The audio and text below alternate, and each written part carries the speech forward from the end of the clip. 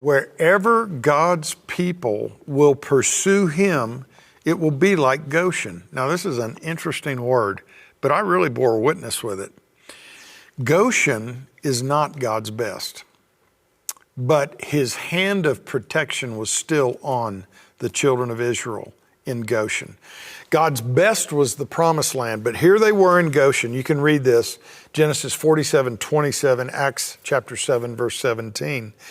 It said that in Goshen, the Lord prospered the children of Israel and grew their number. They multiplied to the point they began to threaten the Egyptians.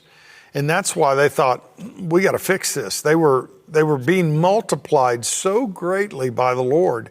But for instance, you remember that, so when the judgments fell, when the Lord said, let my people go, the judgments fell. The fourth plague was the plague of flies. And it says that, yeah, and can you imagine that? Just flies so thick and flies everywhere. What a horrible thing. But it said there were no flies in Goshen. God protected his children. When there was darkness on the land, darkness that could be felt, it said the Israelites had light in their home. In crisis, people turned to Christ. Here's the thing. Goshen was near the promised land, but it still was Egypt. It wasn't the place it wasn't the perfect will of God, but it was the place God wanted his people for that season. He wanted them to be ready when it was going to be time to move. Basically, he allowed Israel to experience the misery and the hardship of slavery so that when he was going to give the instruction to move, they're going to be ready to go. And you know what I found in America? We all just wanted things to go back to normal. But God will often allow us to experience defeat, pain, and hardship. He doesn't send it on us.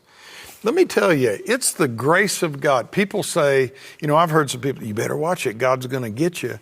I always respond this way. Listen, God doesn't need to get you. All he has to do is lift his hand off of you and you'll get yourself in a world of hurt in about a half a second. If it wasn't for the grace of God in our lives, we would all be destroyed, but for the grace of God.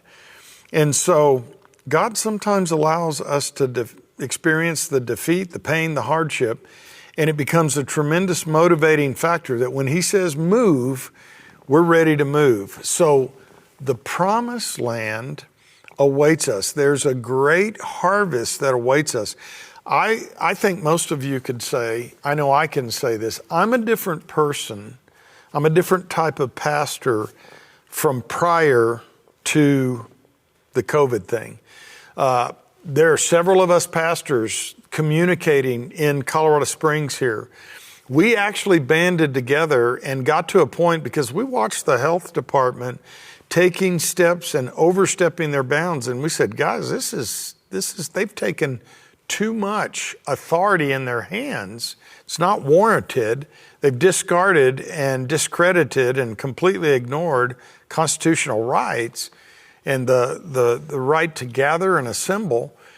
And we made a decision. We were going to band together. Now, one day we were sitting there talking. I said, guys, you know, it just hit me. We probably wouldn't be talking if this hadn't happened. This hardship that came on the nation, not only the nation, but the world. All over the world, the body of Christ is waking up because we in the body of Christ are so good at siloing.